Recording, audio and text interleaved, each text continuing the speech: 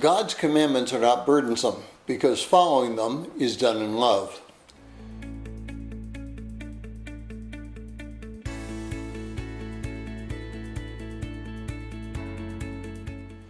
Well, if you're joining us in reading through this 60-day reading plan, today's reading is 1 John 5, 1-5, and I encourage you to read that passage.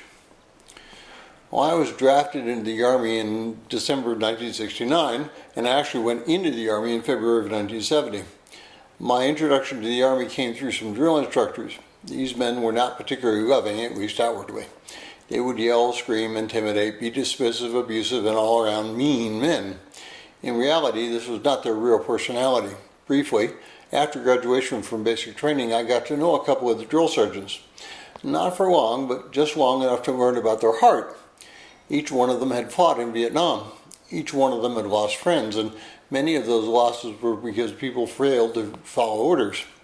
They were trying to prevent some of us from falling into the same fate. On the outside, life in Christ looks like a struggle. And in the early church, they viewed it as a struggle. But unlike those outside, those who do not have a relationship with Christ, they never consider it as a debilitating struggle. Life is hard. Growing to be more like Christ is a struggle. But the difference between a non-believer attempting to emulate someone and a believer becoming more like Christ is one of power. In verse 5, John makes a fascinating statement. He says that because we are born of God, we overcome the world.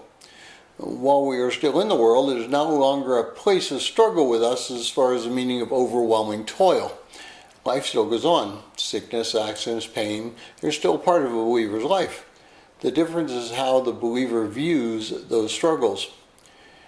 Because a believer should understand that through Christ we have access to the Holy Spirit, our task should become more and more natural.